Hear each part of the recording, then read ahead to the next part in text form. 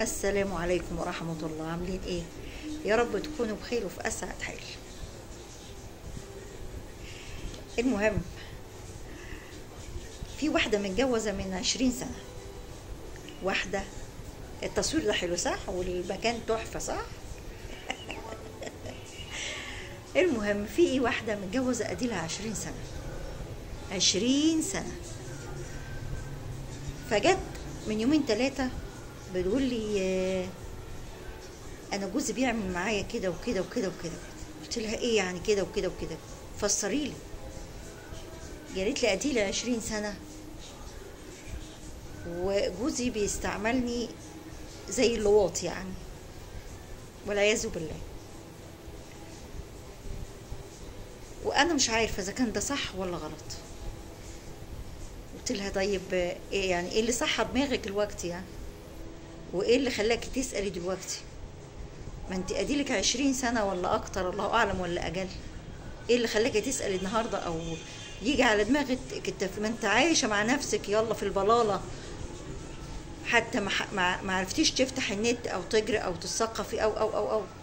على فكره هي متعلمه، جوزها هو اللي مش متعلم. ويا شيخة ده أبسط الحدود أو أبسط الأسباب زي ما بيقولوا توعية الأم قبل البنت ما تتجوز. يا بنتي 1 2 3، أيوة، مفيش كسوف. لازم أعلم بنتي. ممكن اللي واخدها ده والعياذ بالله شيطان في هيئة بني آدم. أعلم بنتي، مش أسيبها وأرميها وخلاص. مش فاهمة حاجة عن الدنيا، مش فاهمة حاجة عن الجواز، مش فاهمة حاجة عن حاجة خالص. طب ما انت هتشيل الذنب. ايه اتكسف من بنتي دي؟ في مع الحجة. المفروض في وصايا تتقال للبنت قبل ما تتجوز، في وصايا تتقال للبنت قبل ما تتجوز. فسألتها بقول لها انت ايه اللي معايا شكل الايام دي كلها والسنين دي كلها من غير حتى يا بنتي ما تسألي؟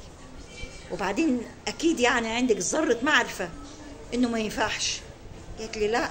وبعدين حتى انا لو عارفة انا بقول له لا لا لا، بس هو مصمم. تضرب في قلبك انت وهو.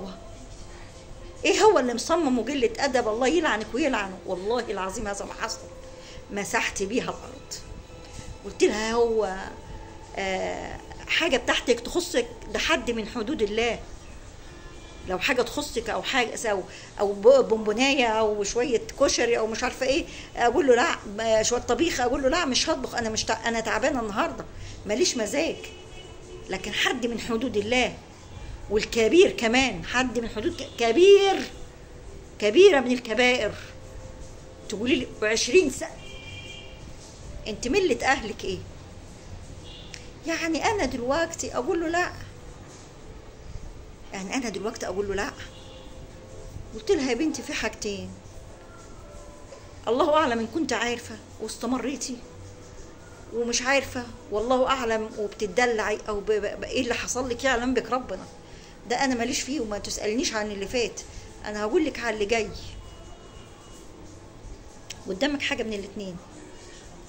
ان كنتي جلبت عليه وزعلانه وعشان كده بتتلككي وعايزه سبب، كده حرام. لو هو ما تراجعش عن اللي في دماغه كده حرام، ولازم تطلب الطلاق.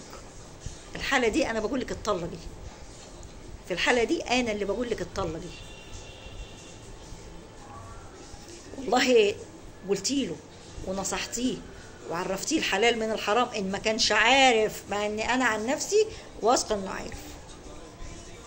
واي راجل في الدنيا عارف، واي ست في الدنيا عارفه. بسم الله ما شاء الله. النهارده في مواقع يعني على قد ما في اضرار لكن في برضو حاجات مفيده. انما انت تيجي تلف دماغي وعايزاني انا مثلا تستعطفيني واحلل لك الحرام بعينك. الحرام حرام والحلال حلال، والحلال بين والحرام بين، وفي امور بينهم متشابهات ملناش دعوه بيها. ما نجيش عندها، ما يخصناش. اي حاجه مشبوهه متشابهه فيها شبهه نبعد عنها. ده اللي خايف من ربنا. مش هنقول اللي خايف من ربنا يا ناس، اللي بيحب ربنا، اللي عايز يحافظ على حدود ربنا. بلاش كلمة خوف، بلاش كلمة خوف، لأن كلمة خوف لو احنا استوعبناها كويس مش هنخرج من باب بيتنا. لكن خلينا عشان حب ربنا يملى قلوبنا واحنا بنحبه، يبقى نسمع كلامه ونطيعه، نسمع كلام ربنا حبيبنا، ونسمع كلام النبي عليه أفضل الصلاة والسلام. فقلت لها يا بنتي قدامك حلين، رضي وامتنع واستغفر وتاب عن اللي حصل وربنا يتقبل توبته. مش عايزة أخش أنا في حاجات أنا ما أقدرش أحرم وأحلل إن ربنا يقبل أو ما يقبلش، ويقبل توبته خير، ده يستغفر ويتندم ويبكي بدل الدموع دم، وانتي معاه، لان انتي شكلك انتي برضو مش حكاية ما تعرفيش، لا لا لا لا، انا اشك، بس خليني اخدك على جد عقلك.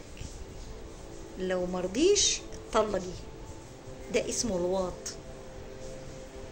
انه يستعملك من الخلفية ده اسمه لواط، ودي مصيبتك سودة من كل حاجة، مرض وغضب ربنا وبلاوي منيلة تحصل لك.